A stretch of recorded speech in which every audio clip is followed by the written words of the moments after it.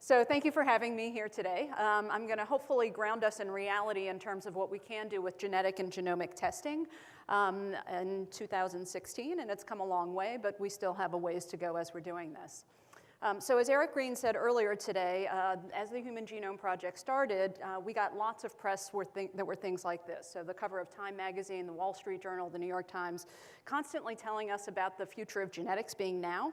And one of the things I just want to bring to your attention is that, again, this has been going on a long time. So since 2004, and you can even predate that, all of the wonderful things we were going to deliver. And there certainly are a lot of amazing things we can deliver, but I also am humble enough to know that there's a little ways that we still need to go. So whether it's the liquid biopsies or being able to interpret the genome, there's still a lot that we don't know, and I'm going to try and underscore that so that we can set appropriate expectations.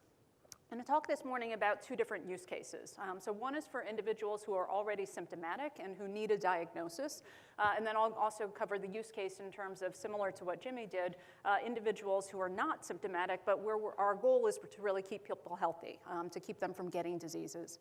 And I deal with a lot of patients who have been on diagnostic odysseys, who have been looking for a diagnosis for many years, and I can tell you that that in and of itself can take a lot of toll, both from a personal point of view, from time, energy, and the finances that go into that, and certainly this additional dimension that we have now in terms of genomic testing offers more and new opportunities to be able to add to the armamentarium we've had, whether it be pathology or imaging or other ways of getting information.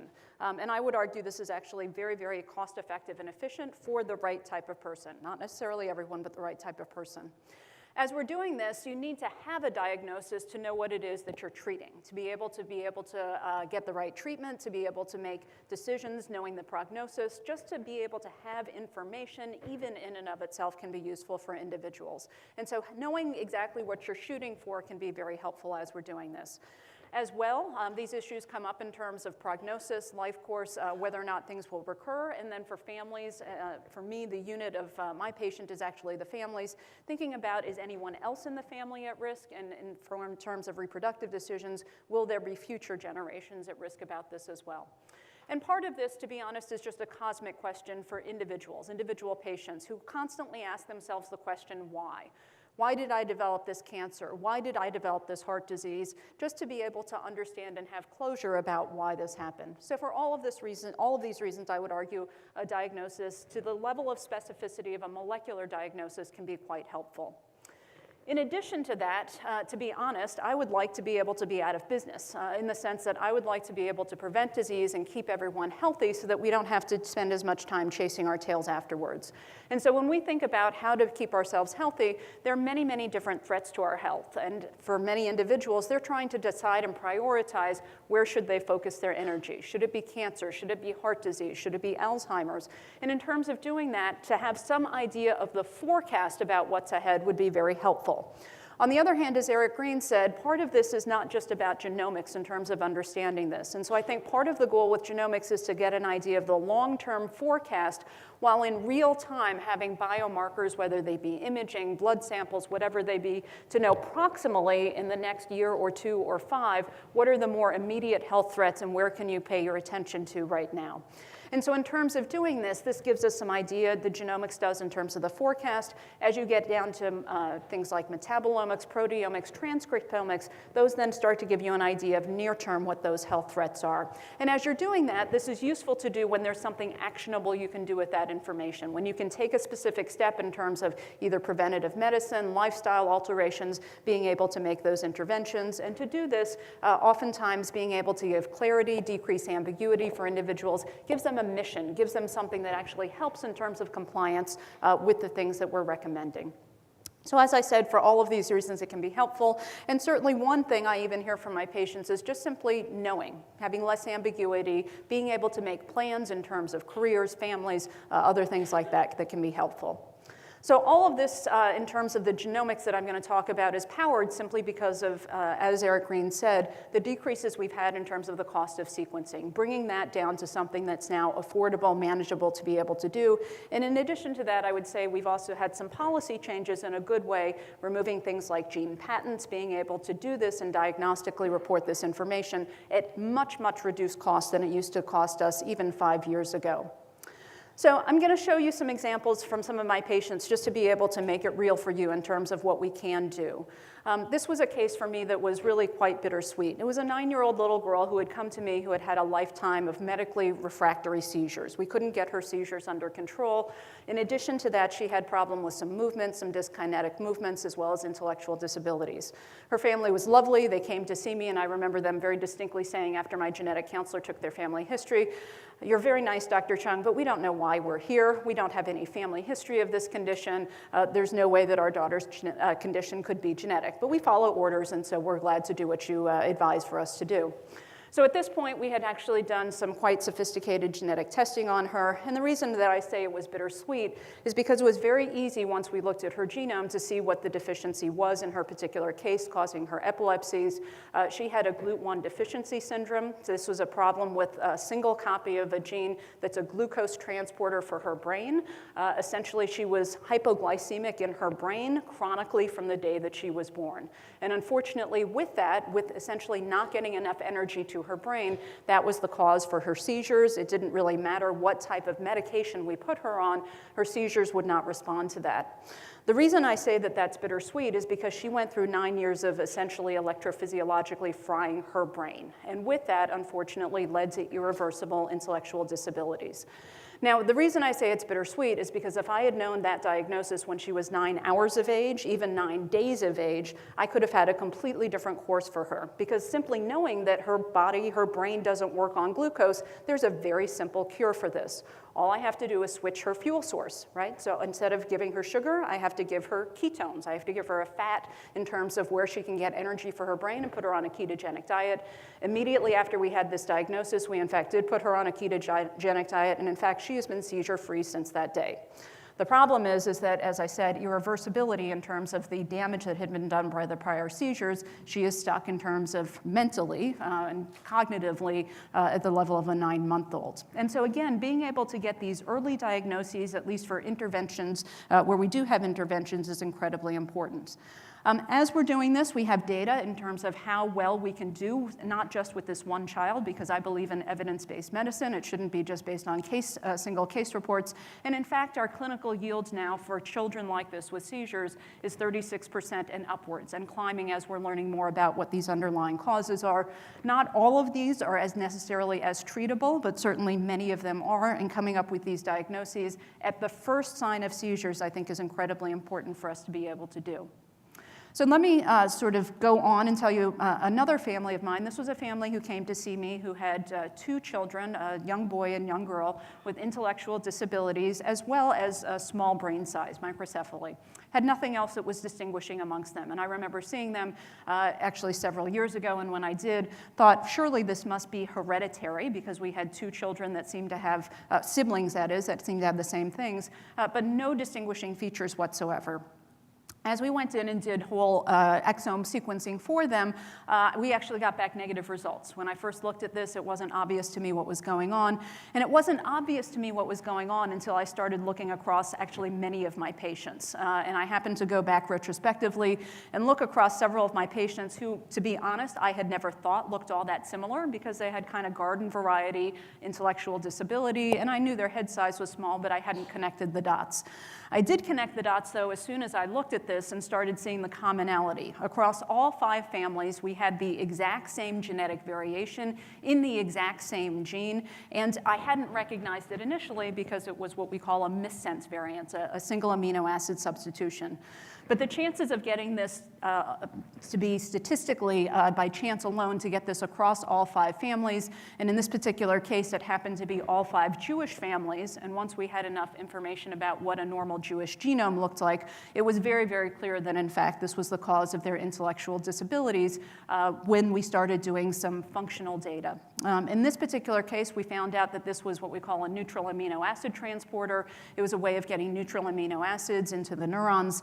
As we started doing more functional studies, and I won't get into all of these, it became very clear that what we had was a problem with serine metabolism, and specifically with that as one of the neutral amino acids causing the problem. And we're now at the stage of actually having an animal model where we can model exactly the mutation that we have in these patients, and we're trying therapeutically to use some of these pumps to be able to get more serine serine into the brain to be able to overcome this transporter defect. Because we have the transporter there, it is still transporting some serine, just not transporting quite as much as we need for normal brain function.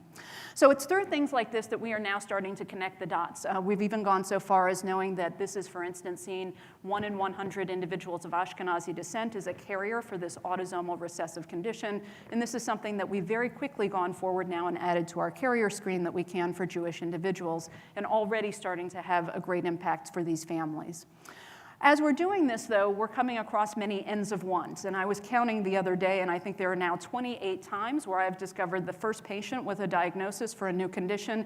And I can tell you that's a very exciting but also a very frightening journey for these families as they're now making the rules as they go along. But it's an incredible time, as Dr. Green was saying, in terms of being able to connect with each other. The ability to use social media. I have to tell you, we have many, many family Facebook pages for these new disorders, new websites, and very quickly communities are coming together to be able to share information both amongst themselves as well as with us as researchers and clinicians, that we are leapfrogging forward in terms of our ability, even in the space of rare disorders, to be able to make discoveries and hopefully get to the point of being able to do something about that. Again, to step back and give you a sense of this is not simply just epilepsy or intellectual disabilities. I know this is small, but this was a series that we came out of using clinical exome sequencing across a variety of indications, be it for vision loss, hearing loss, seizures, intellectual disabilities, cancer, congenital anomalies, birth defects, across a wide range of different indications. And there certainly is a difference in yield amongst them, but some of them can have a yield of already up to 50% in terms of being able to find the diagnosis and have an answer. And these are for many individuals who already been on a diagnostic odyssey or a diagnostic journey for many, many years. I would argue that as we take this technology and as we take this testing to be frontline testing rather than third, fourth tier testing, the yields both goes up as well as the time to come to a diagnosis, and importantly, the cost to be able to come to a diagnosis starts to decrease significantly. And so this is now something that's routinely used in clinical practice. We're still working very hard to be able to make sure everyone gets access to this and be able to make sure that there's reimbursement for this, but it's proving to be quite a valuable tool. As we got into this with whole exome sequencing or exome sequencing, genome sequencing, one of the things that we did is we captured all of that information. So we captured information of about 20,000 different genes, even though we were looking for the one gene of interest. And as we did this, we realized, I can remember very distinctly the first time that I did this, I was looking for a cause of intellectual disabilities. And what do you know, I, just looking at the variants that we saw a BRCA2 mutation that was clearly pathogenic, clearly deleterious, and clearly in that family was going to predispose to a high risk of breast and ovarian as well as other cancers.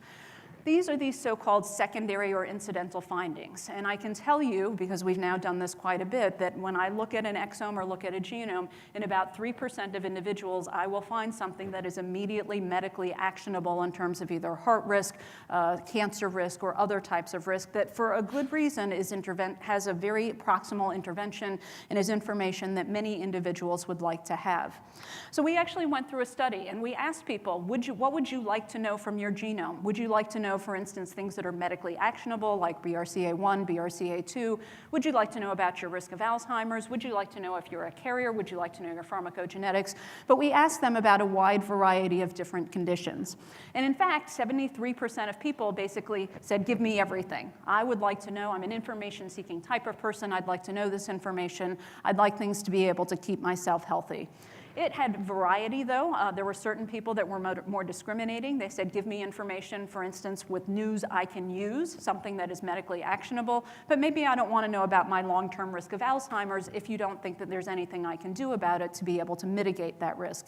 And so importantly, there is some variability in terms of what people wanted to know, but we realize that there are people that are interested in knowing this information for health maintenance, for screening in terms of doing this. And so we started thinking about how to be able to use, again, this forecast, this long-term in terms of knowing what the long-term risks were. And we started thinking about it within the context of other things that we've done screening, whether it be mammography, PSAs, newborn screening. And we wanted to really think critically about what we could do with this, and importantly, where we may not be there yet in terms of cost effectiveness for being able to deliver this. Because remember what I said, that at about 3% of people, there is news I can use for them right now, But on the other hand, to a certain extent, that means for 97% of them, there isn't anything that I'm going to do differently about proximal health, especially if we're talking about folks like you and me, basically middle-aged adults. The fact that we've gotten to this point in our lives, there are many things, many genes that if they were that bad, we would have already seen by now. So as we've thought about this, we've thought about several different use cases for being able to do this. Oops, if I could go backwards. And you've heard about some of these already, but let me bring a couple more in. So we've thought about this when we think about the life course, from the beginning of the life course with carrier screening. You've heard about non-invasive prenatal diagnostics already, cancer screening you've heard about, and then long-term, as I said, genomic health screening going forward. On the other hand, we've got one critical barrier right now, and that is that if we start looking at our genomes, we have literally tens of thousands of genetic variants, and we are still in the early stages of understanding what all of that information means. Certainly, the more of this information we have, the smarter we get as a community in terms of being able to interpret it, but we're still not quite there yet. And so I want to show you one experiment that we did within something called the Clinical Sequencing Exploratory Research Consortium, an NIH-funded consortium, to be able to look at how to be able to take genomic sequencing forward. We actually had 9 different laboratories to interpret variants. We wanted to see whether or not we'd interpret the same data, so seeing the same sequence data, whether or not we were concordant in looking at that data. So we took 9 different variants across 9 different laboratories to compare results. And what do you know when we did that? Our concordance rate across, and I should say that we have 3 or 5 different categories in terms of how we put a variant, everything from benign, so just a normal genetic variant, to pathogenic, and then categories in between. So benign, likely benign, variant of uncertain significance, likely pathogenic, or pathogenic all the way on the right. And in fact, when we put those 9 variants out there, we only had 34% of those that actually the laboratories agreed on how to interpret that information. So there was quite a bit of disagreement about what that meant. And in many cases, this was not a little bit of disagreement. There was disagreement between one laboratory calling it pathogenic and another laboratory calling it actually something that clinically they would not report out, likely benign. We got those folks in the room and we had them arm wrestle it and decide which, if they could agree amongst those, and we did better as they did that. But even at the end of many, many, many conference calls, I can tell you, we still ended up with only 71% of those variants being concordant between the laboratories. So this isn't horrible in the sense that I am sure we are getting towards convergence. The good news is as, again, we're getting more data, more sequence data for comparison, better computational tools, better algorithms to be able to interpret this, we are certainly converging towards being able to come to consensus. But I will say right now that there is variation that we have amongst ourselves. And even I've had examples, for instance, when patients with inherited cancer susceptibilities, where a variant has been reclassified from something that was pathogenic to now something that is benign, something that I have to tell you 5 years ago I didn't necessarily think was going to happen, and has humbled me in terms of what we know and what we don't know as we're doing it. The reason this becomes so important is that when we think about variants of uncertain significance, again, think about the case of cancer, individuals, patients make very important decisions, in some cases even prophylactic surgeries based on this information, and certainly having that misdiagnosis can be a problem for us. In addition, when we come to the point of screening, so many times these incidental or secondary findings is essentially the equivalent of population-based screening now for that genomic health forecast. And as we think about that, we need to be accurate as we're doing it. I can tell you, because we've done studies of it, patients don't really like uncertainty. They want to be able to have news they can use. Simply giving them lots of ambiguity can be quite troubling and provoke anxiety. And I can tell you this is especially in certain cases, pregnancy being one of those over time. We also have difficulties in terms of our healthcare system as we're revising and revamping how we interpret these variants. We need to have constant ways of updating individuals about what that means and have the infrastructure to do that. So number one is we need to get good at variant interpretation before we scale this in terms of a very wide way. But there are certain cases where we do understand these variants quite well. And so for instance, in certain communities, especially, I'm not picking on the Jewish community, but we happen to know a lot about the Jewish genome. I'm going to give you a use case in terms of carrier screening with 2 different populations. And when we think about population-based screening, the incidence and prevalence of the disease makes a lot of difference. So in this particular use case, I'm taking cystic fibrosis as the example. And in particular, based on the frequency of mutations that we have in the Jewish community, based on the frequency of the disease that we have in the community, we can easily design a carrier screen, for instance, for $100, and to identify one child who's going to have, or one pregnancy that's going to be affected with cystic fibrosis, costs us about $250,000 with all of these metrics that I've assumed here. And these are accurate in terms of the frequency of disease, and the cost of the test is a good estimate for the cost of the test. That same particular carrier screening test for cystic fibrosis, if you happen to now have a patient who's of Asian ancestry, to identify one child who's going to have cystic fibrosis now, again, based on the frequency of the disease that we have on the population, the same cost of the disease, and this is simply because cystic fibrosis, number one, we know less about mutations for cystic fibrosis in the Asian community and that the disease is less prevalent. This now is $3.5 million to identify one child who's going to have cystic fibrosis. Now, on the other hand, there's scalability. And so the wonderful thing about this is as you devise these types of tests, because that cost of sequencing has dropped, because we can actually do this, we can now bundle things together. So we're no longer talking about just screening for only cystic fibrosis. We can be screening for many, many other different disorders at the same time and be able to gain in terms of the cost and leverage that for our screening. This is effective when we do it. And so this is simply a curve showing over time in the Jewish community what's happened with Tay-Sachs, showing that, for instance, in 1970, I'm sorry I don't have a pointer, but you can see we had a relatively high prevalence of Tay-Sachs in the community. And I can tell you now, at least within the Jewish community, in a good way for a devastating disease that we have no treatment or no cure from, we've essentially eliminated that disease in a very culturally appropriate way. And I want to underscore culturally appropriate. We figured out ways through things like Doria Shuram and other organizations to do something that is culturally, ethnically, socially acceptable in the community. And I think we have ways of doing this for other diseases in the future. As we've done this, you've seen an emergence, a surge, if you will, of many other types of conditions. As I said, you can now screen not just for cystic fibrosis, but in fact many other conditions, bundle them all at the same time. It's been interesting, and I always tell my students there's a lot that we can do, but we also have to think ethically about what we should do. What is the difference between disease and the health? What are just normal differences that as a community we should be accepting of? And certainly there are important decisions to be made as we think about this shaping of the next generation with carrier screening, what really is a disease and what should go on these panels. But many things that really are not treatable, not curable, and have a large impact in families, we can now screen for very effectively, and there are many companies doing this quite well, and again, getting this available to patients. I won't go through this because Jimmy already did a lot of this, but simply to say that once a pregnancy has been conceived, we now have the ability to do cell-free diagnostics. And this can be done because we have this fragmented fetal DNA that's floating around in the maternal blood. This can now be used, initially was used for Down syndrome or other aneuploidies or chromosomal defects. Can now be even done for smaller microscopic deletions as we're doing this. And just in comparison to what we used to have in the old days, it's really quite remarkable, almost I would say embarrassing to say that on the y-axis here is the positive predictive value. Our old first trimester screening that we used to do in pink, again, it was terrible by comparison to what we can now in terms of non-invasive or cell-free DNA testing, showing that, for instance, the positive predictive value in young folks, ages 20 to 29, minuscule by our old serum screening, now our positive predictive value greater than 60%, and in our elderly advanced maternal age population, certainly much, much higher and getting upwards of 90% in terms of that positive predictive value. So very, very helpful in terms of being able to identify individuals at risk, but let me also say that certainly having this information is not simply about termination of pregnancies. Much of this is about being able to plan, information about being able to know if you're going to have a special needs child, being able to prepare your family and have the resources to do that. And certainly many individuals find that information comforting to be able to do that. To switch gears for a second, cancer has been an explosion. So since, again, we got rid of the patents for BRCA1 or 2, offered up new opportunities in terms of cancer for germline now to be able to predict that.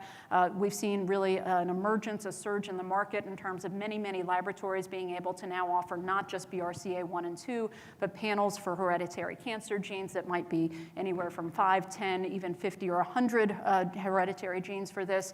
And I'm not here to market for any one of these, but now the cost even for these panels has gotten down to $250 to be able to do this, where the price of this before the patents was upwards of $3,600. So remarkable change in terms of, again, the access, bringing down the cost of this testing, hopefully to be able to prevent disease. So as we think about this, the question I ask myself often is, should we now go to population-based screening? So the cost of testing lower, $250 potentially to know about your cancer risk. Should we get to the point of population-based screening? Mary Claire King has taken a very strong stance that every woman, basically, adult woman, should be getting BRCA1 and 2 screening. Because of that issue of interpretation of variants, I'm not quite there yet with Mary Claire, although I have great respect for her. But on the other hand, there are populations where this clearly, to me, makes sense. So again, if you happen to be of Jewish ancestry, there are 3 mutations that are seen in 1 in 40 individuals of Ashkenazi ancestry, and those genes confer risks of cancer that are upwards of 80% lifetime risk if you consider breast and ovarian cancer. When you consider this, to me, it's starting to make a lot of sense that at least if you're a Jewish woman, and I don't care what your family history is, but if you're a Jewish woman, you should consider getting screening for these 3 mutations. And in fact, this experiment has been done. It's been done now in Israel as well as in the UK. And in fact, this can show that it is both cost-effective as well as very effective for individuals using this information. Many of these individuals through the study in Israel that were identified, in fact, had no family history. They either had small families due to the Holocaust. The family, it was coming from the father's side of the family, and they simply didn't see breast cancer within those males. So this has proven to be extremely useful, specifically within that community. If we were at the point that we could actually be able to tell and interpret genetic variants for all of these diseases, especially for our underserved minority communities for whom we have less genetic comparison information, then I would be there in terms of bringing this forward, but we're not quite there yet. If you actually then go down and do the cost analysis to understand from a healthcare system point of view, is this cost effective in terms of doing this? I would argue that, again, if from the Jewish community, if you look at the column all the way on the right, cost effectiveness ratio with the dollars per quality of life year extended, that if you do this for individuals of Jewish ancestry and you do it for a color test that's $250, for instance, it costs $53,000 per quality of health year that you're assessing for this. In comparison to, for instance, mammography that we do in the general population, that cost is $340,000 in terms of the dollars per quality of life year. And so again, being able to show, I hope, with some evidence basis about certain things that we should think about in terms of going forward for population-based screens. As we're doing this, we are getting to the point where we can now even use this in terms of specific treatments. And so one of the exciting things for many of us to see was now very precise precision medicine for cystic fibrosis. And I give great credit to the Cystic Fibrosis Foundation. I think this was a great demonstration of a partnership between patients, advocates, industry, and scientists to be able to move this forward. It certainly was not easy. It took many years for Kalydeco to actually get FDA approved, but it's now been FDA approved originally for one specific missense mutation in the cystic fibrosis gene, G551D, but now has been FDA approved for several other missense variants, and there's now actually additional medications that have been approved for the common Delta 508 mutation. In all of these cases, though, you must know your genotype to know if that's the right medication for you. It's effectively a companion diagnostic, where if you have a particular genotype, that medication will be effective. But if you have Delta 508 mutation, for instance, Kalydeco is not the medication for you. And you have to know that because these medications, while they're incredibly effective, are also incredibly expensive, at least for right now. These medications costing upwards of $250,000 per year for the treatment of patients that need this. This is coming, hopefully, with other things coming down the pike. Hypertrophic cardiomyopathy is a disease that affects 1 in 500 individuals.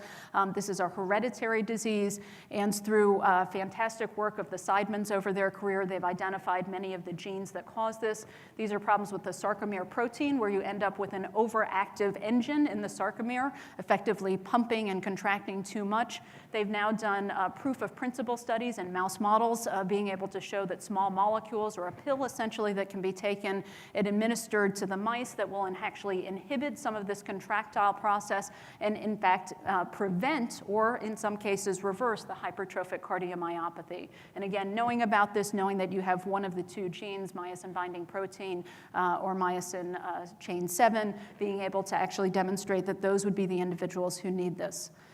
As we're doing this, early diagnosis matters, and even pre-symptomatic diagnosis is proving to be critical. So one of the diseases I work a lot on, spinal muscular atrophy, is one that we're seeing this already. Spinal muscular atrophy happens to have this cute sort of evolutionary thing that's happened where the gene that's involved is a gene called survival motor neuron 1.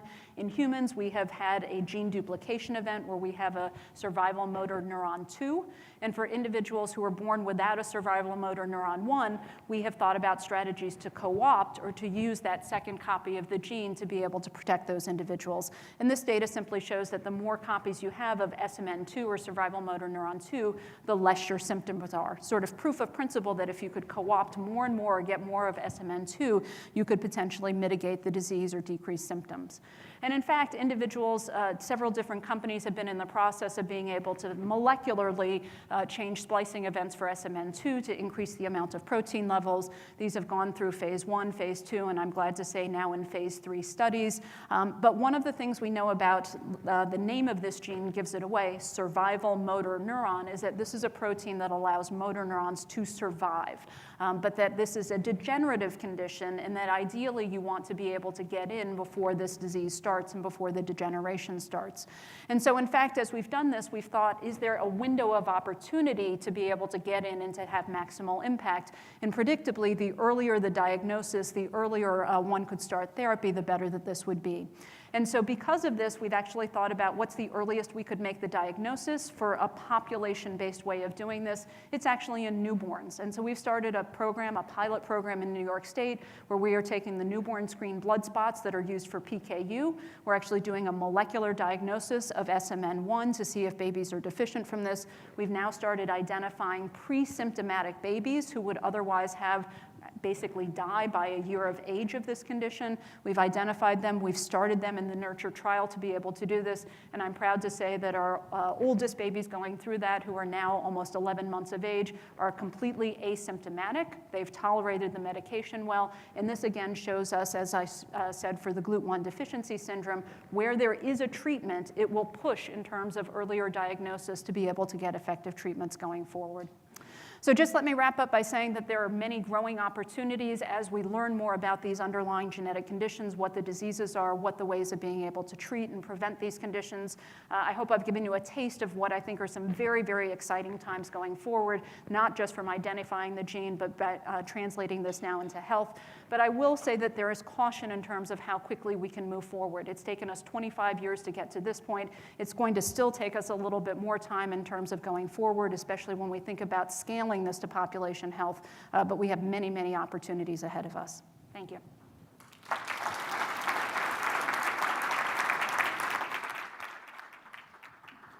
Can I ask you a question? So I have one question for you. The technology and the knowledge base is logarithmic. Yep. Even in my specialty, I can't keep up, probably because I'm doing this conference. But it's hard to keep up in this. And I know there's a lot of physicians out there that are not as smart as the people doing the sequencing. So how do they take this data and get it to the patient? What's the role of a genetic counselor in this situation? So genetic counselors are fabulous. For any of you who have worked with them, they're very smart, very personable people who really do a great job of relating to patients and educating them very effectively. And although I love them to pieces, we don't have enough of them. We don't have enough genetic counselors. We don't have enough people like me who are geneticists.